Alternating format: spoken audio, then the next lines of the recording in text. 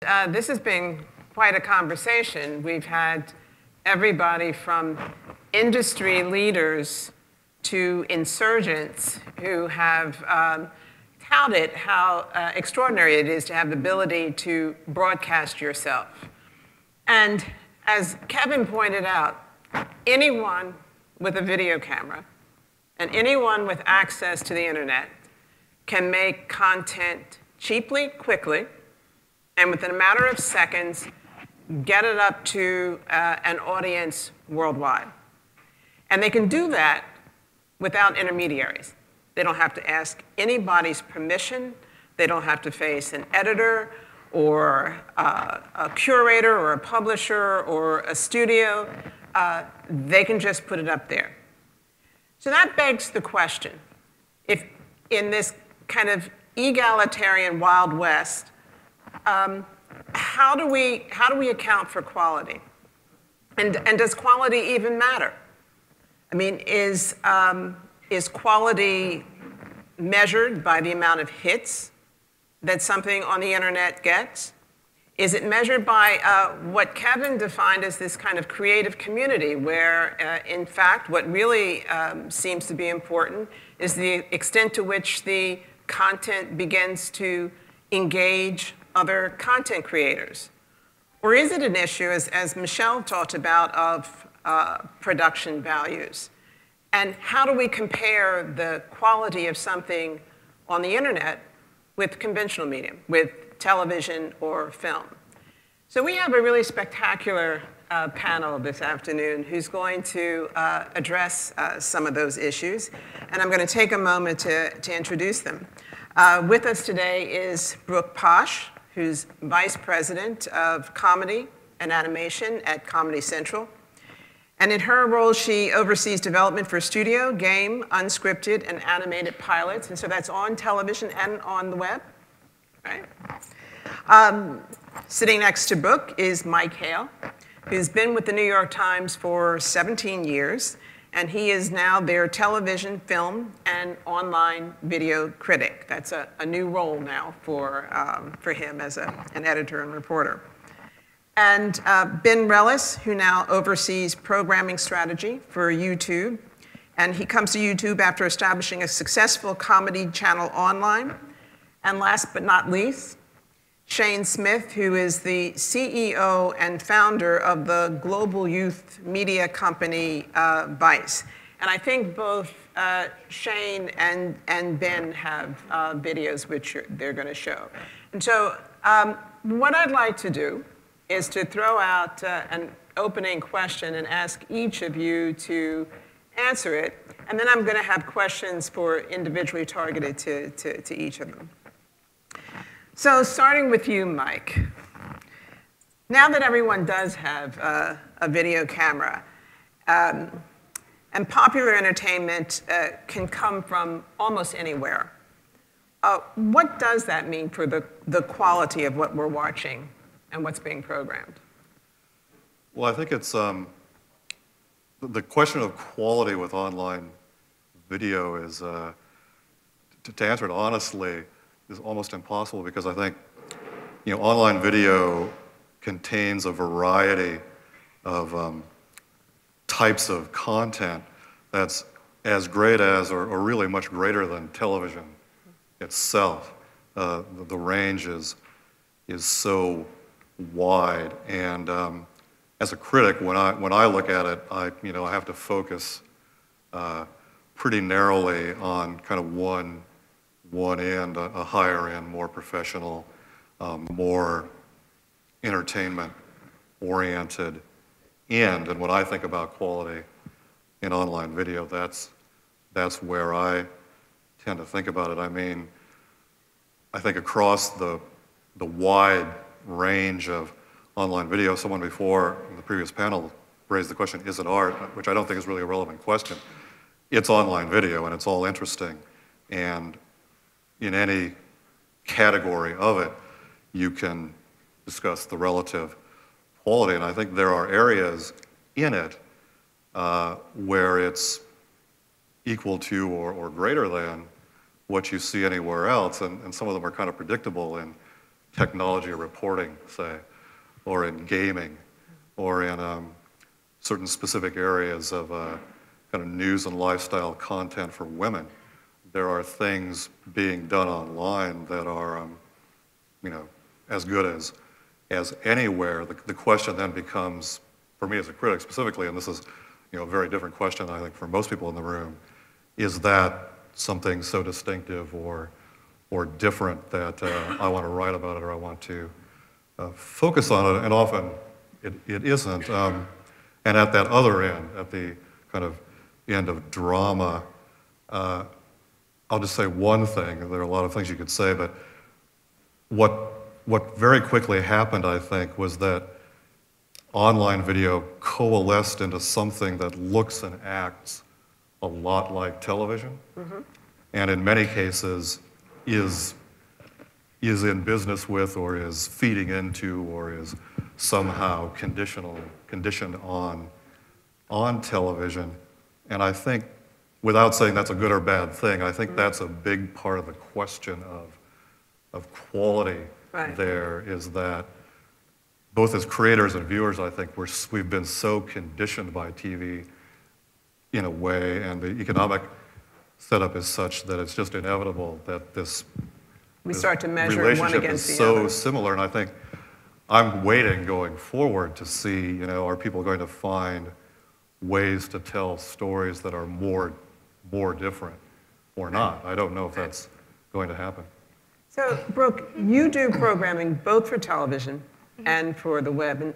And are there any differences in your mind in quality when you're programming one or the other? Do you have different ways of thinking about that? I think within looking at stuff for comedy, especially Comedy Central, we sort of live by funny is funny is funny. So you can watch something that may be shot as crudely as, say, Keyboard Cat, who's on the screen.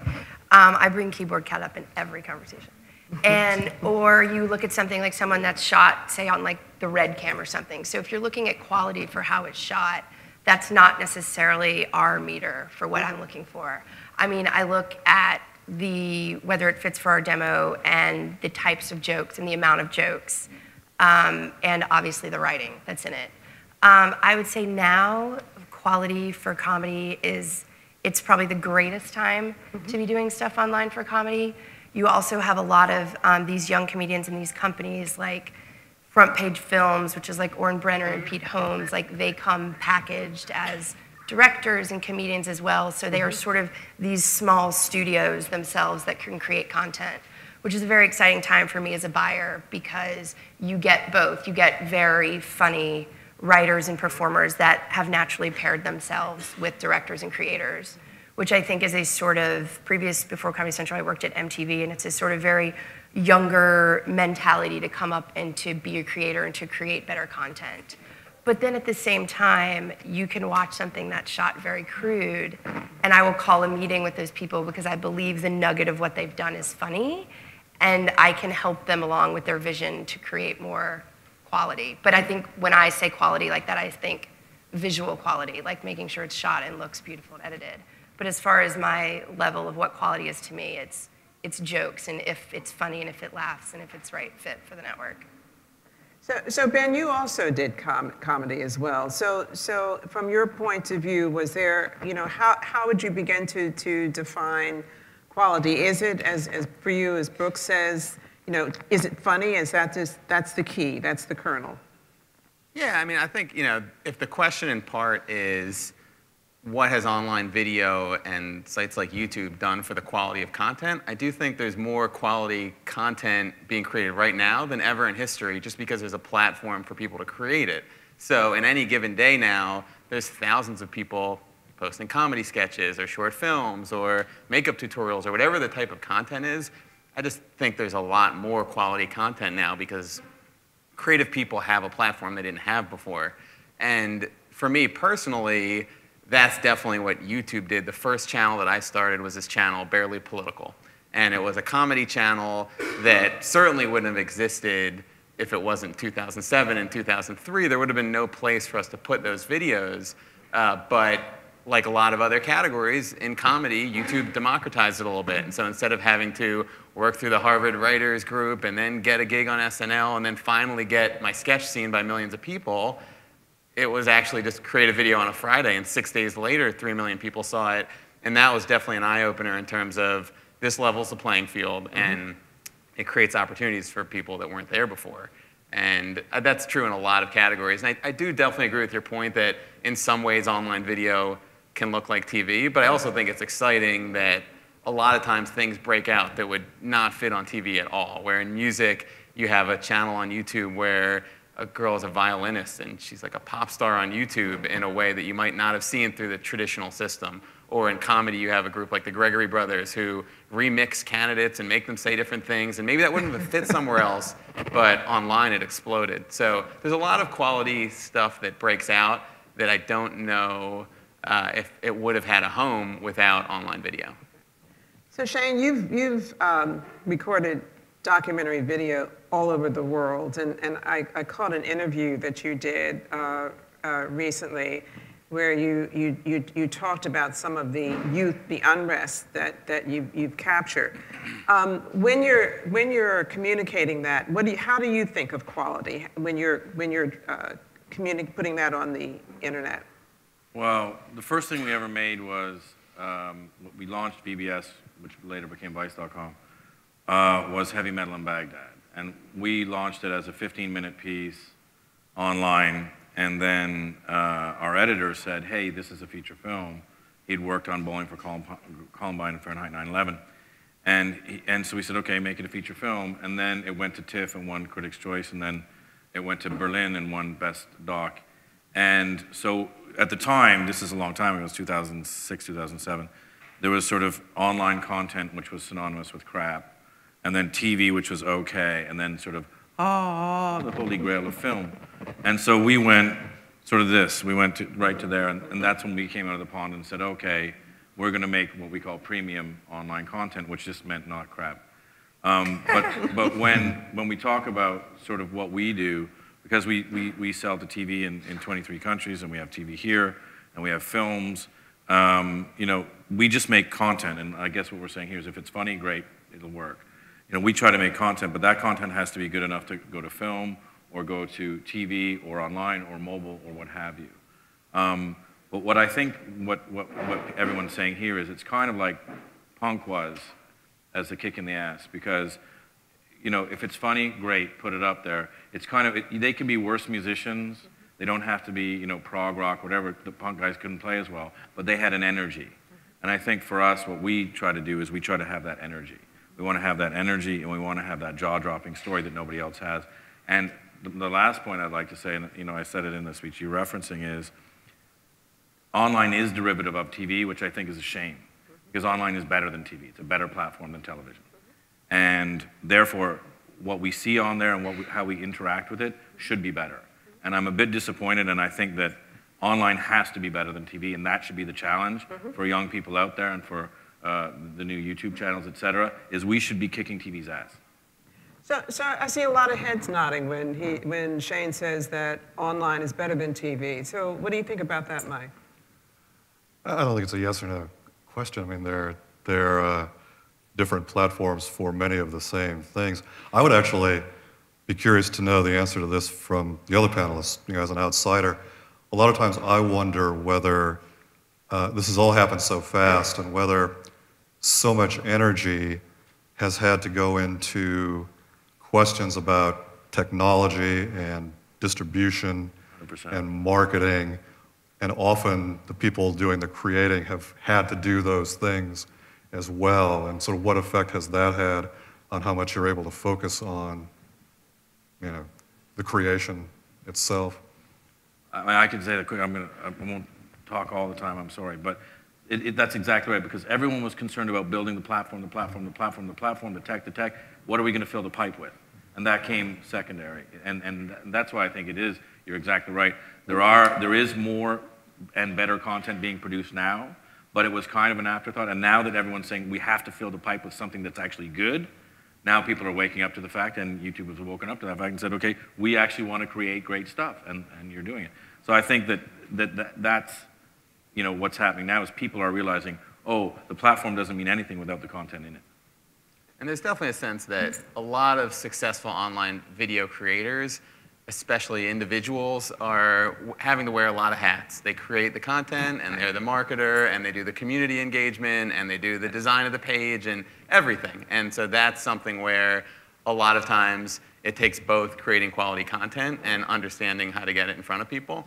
A lot of times videos just are so good that all you do is you put it up and it explodes, and that's really exciting to see. But there's definitely times where we've seen videos and they have 240 views, and people around the room feel like that thing is going to have 5 million views this week, and it happens. And there's other times where it doesn't. And a lot of times, the people who are creating these videos are also starting to run businesses, especially on YouTube, where some of the early successful creators like Phil DeFranco and Shay Carl, and they've gone from just creating videos and building audiences to running media companies and not only producing their own content, but other content too. Well, it was interesting to listen to Issa Rae and to Michelle Phan talk about how all-consuming it's been for them to keep up, Awkward Black Girl and Michelle's, sort of how to put on your makeup videos. But, that there is a sort of a drain on the content creator to a certain extent. So Brooke, how would you compare that then to television? I mean, do you find that it's easier for creative content providers to work within the realm of television, or to work online as kind of do-it-yourselfers? Yeah, I mean, there's an argument too, which, I mean, even though I work in television, I agree. I mean, there is a thing of like, it will all be on the internet and television will go away, yes.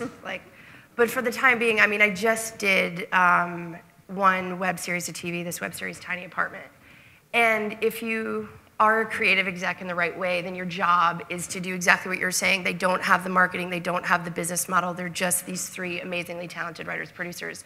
So then my job, I consider myself sort of the financier, like here is my business model, come be a part of it. So then they come in and I say, oh, you used to be spending X amount for making these 3 minutes. Now here's exceptionally more money to shoot this, but we're going to keep the same story and what you guys are doing, but I'm going to provide you with the marketing, with the plan, with the press, everything, and a built-in Comedy Central audience behind it.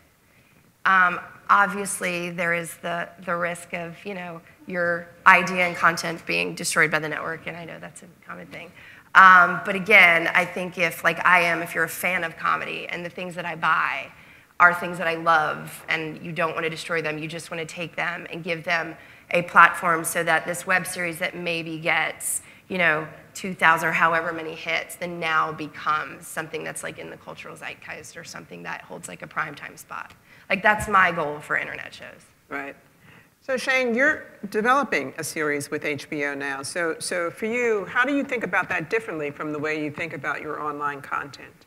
We don't at all. So we have a number of channels, and so when we shoot, we just get good stories, and then we say, well, this can go on Vice's YouTube channel, or it could go on Vice.com, or it could go on HBO.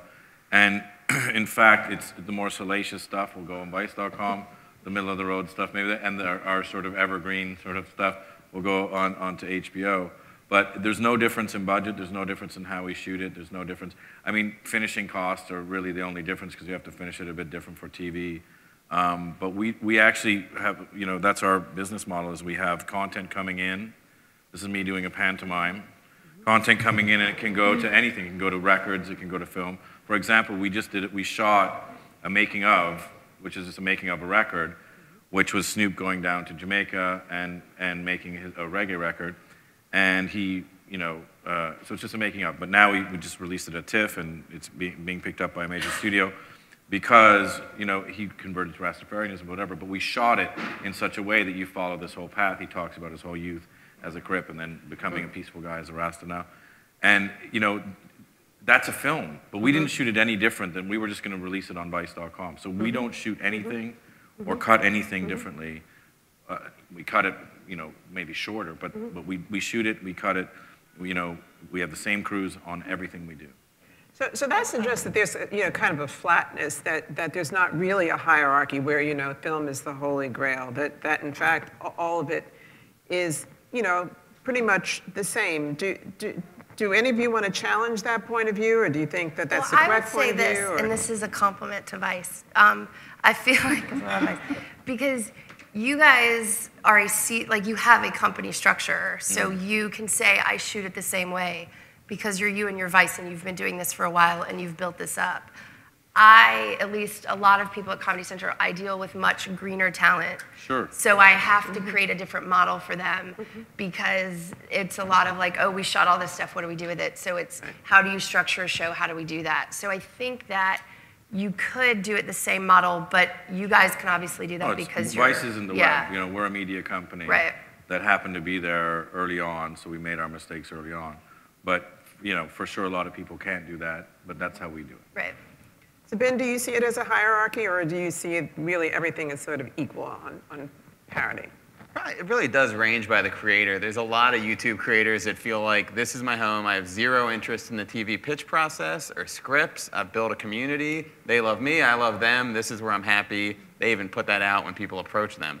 And then there's other creators that view YouTube as the ultimate place to audition their content, and they know people are looking, and it's not even about views for them. It's just about putting things out there, and if a video gets 20,000 views but the right person sees it, that can make their career. But I think what you're finding a lot more of is that the YouTube creators that have been really successful in building consistently great content, when they do get these projects outside of TV and movies and other media too, you know, albums or Broadway shows or whatever it is, they're definitely not abandoning their YouTube channel. I think they recognize that's something that nobody can take from them, and that throughout their career, that'll be an audience that actually will A, stick with them, and B, actually help them launch these other projects, whatever it is, a book or a makeup line or an album. They've got this community that they've built this very real relationship with, and no matter what other projects they do, they're going to keep interacting with that audience in some way to keep those going.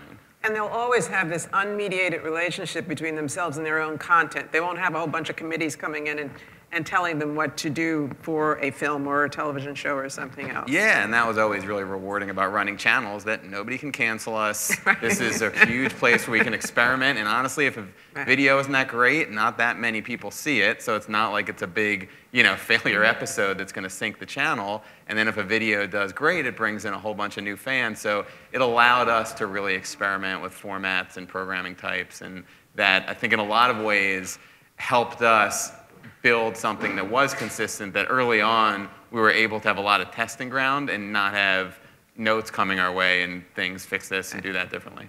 So I know that you guys have some video that you want to show, and so maybe you can show it, and then we can open this up for questions from the audience. Yeah, you can start with the Vice one. I think it's in order. I think yours is. Is mine first? I think yours is. I can set it up. I mean, I don't know if any of you are familiar with the first Barely Political we did was this video called "I Got a Crush on Obama." It's kind of an interesting one to show for a panel about quality online, because it was, I think it's, even if quality is in the eye of the beholder, this one's like a tough one to say, well, that is quality content. We did it, you know, in a couple of days. I found the directors the day that we shot it. Not that I'm not still proud of it, because there's parts of it that I think are interesting, but the thing about that video is, in a lot of ways, it was a different kind of storytelling than TV. People didn't know, so we did this video. I had an idea to do a song called "I Got a Crush on Chase Utley," who was the second baseman for the Phillies, and then figured that was kind of a niche audience and I should expand it to this Obama guy. So we did the Obama video, and at the time, not that many people actually knew that much about Obama, so we timed it right, we put it out when it was kind of a dead news cycle, but a lot of people were trying to figure out who these candidates were.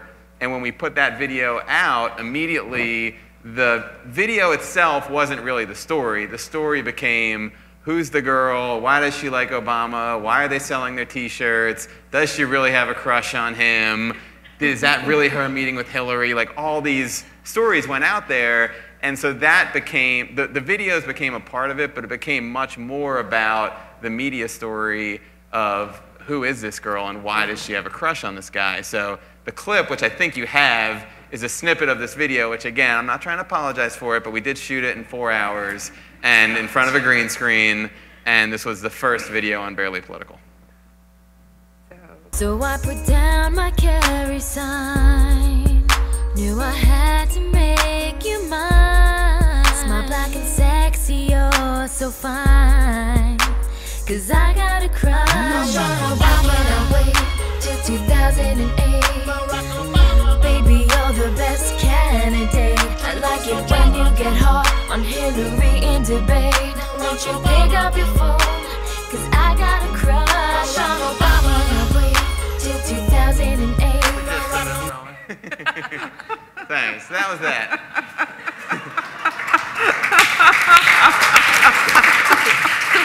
Has he seen it? But actually, that, I mean, the funny thing about that is I do think it's a common story on YouTube where early videos are a little rough around the edges, and then as the audience builds and you get to pay for better content and you get to figure out what works, I think the type of content we put out now does look a lot different. But that was 5.5 years ago, and yeah, Obama returned my first email, and then he went dark on me after that. Yeah. But when I first sent it over to the campaign, I got an email. Cool. Shane? We could have brought something like Reincarnated, which is the Snoop film, which looks great. But I'm going to shamelessly plug myself because I'm a megalomaniac. And we have a piece up now that you should watch. But actually, this was shot for the HBO show. And HBO is very nice. So it's on Romney. Romney's vaguely related to it. And so they actually gave it back to us because we said, look, it's not going to be worth anything after the election. So we wanted to sort of come up, before the election. So they gave it back to us. So it's actually something that we shot initially for ourselves and HBO picked up, then we got it back. So it just shows, that it goes up and down from online too. Got it. And it's actually doing well online. You should all check it out on Vice.com. Or our YouTube channel. The YouTube channel. Go there first, yeah. Right. Okay. So we'll see that. We're going from America into Juarez, northern Mexico. Why? Because American Mormons came down here about 100 years ago, and those same Mormon colonies are now fighting the drug cartels because the drug cartels started kidnapping them. The original story is they come down for the cause of plural marriage, so they wanted to continue polygamy. Yes. We've come to God's country. The only people here with weapons are the criminals. When it comes to protecting our family, we have to die doing it. We're going to. That's some crazy shit. America, America, America. All the guns are from America. Holy Jesus. Wow, it's a lot of drugs. They shot him 4 times in the head each. His family lives right across the mountain here. I think he needs to change. As long as you have the swimming pool over there, this is going to be the diving board. God bless America. Thanks, you guys. Have there ever been any Romneys kidnapped?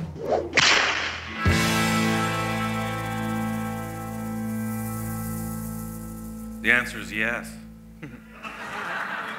They have kidnapped some Romneys. So let me open this up to the audience, because I know you probably have a lot of questions for each of our panelists.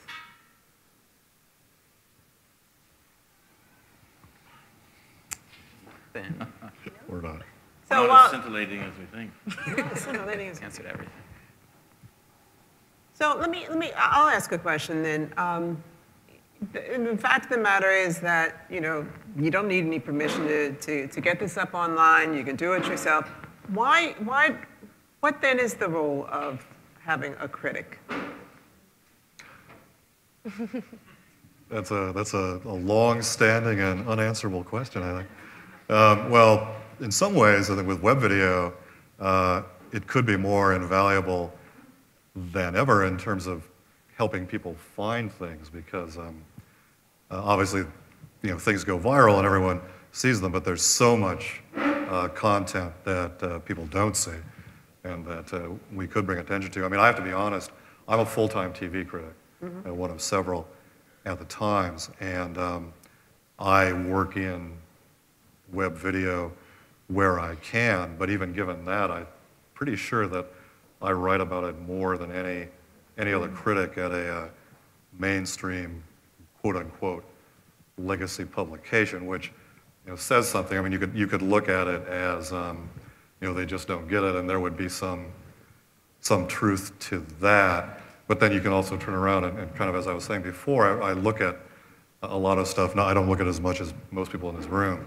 but looking for the thing that's different, that is distinctive, and sometimes it can be a little harder to find that. So, selfishly, I would claim that there's value there.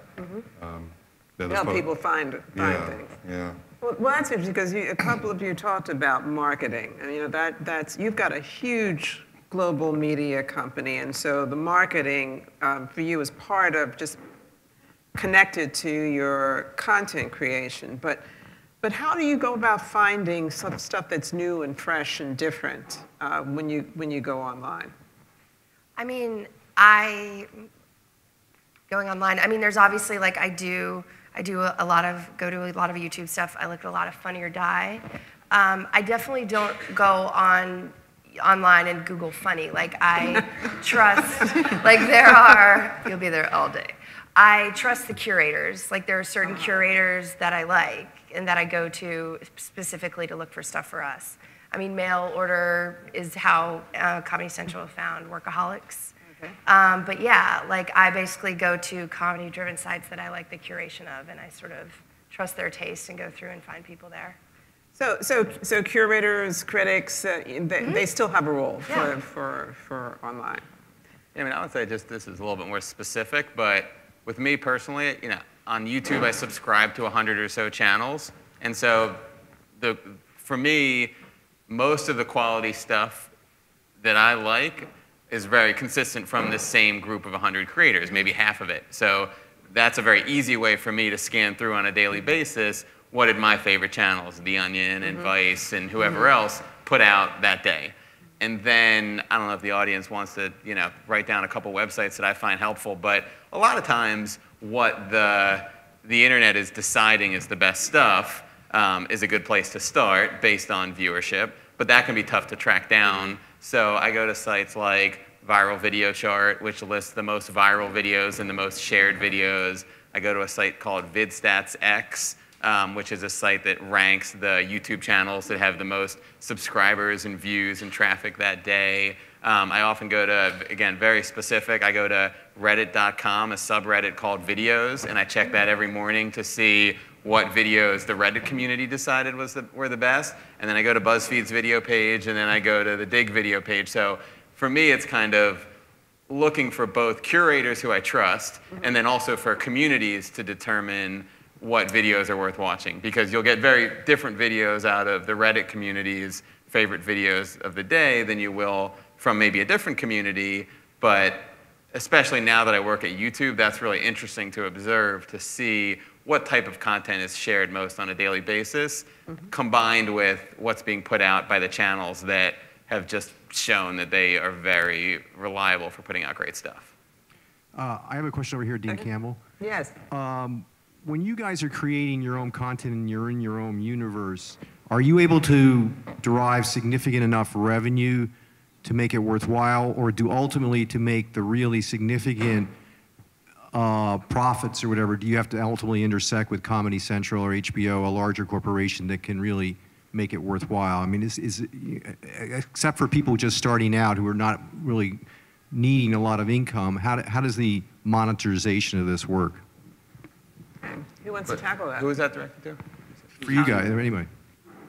I would say for you guys, since you guys are the guys creating content, I mean, obviously she's Comedy Central, she brings in big bucks, but in order to, before you get to comedy, relatively speaking, before you get to Comedy Central, are you able to develop significant revenue to stay afloat, or do you ultimately have to hope to intersect with a network or a large corporation? Well, that's a big question.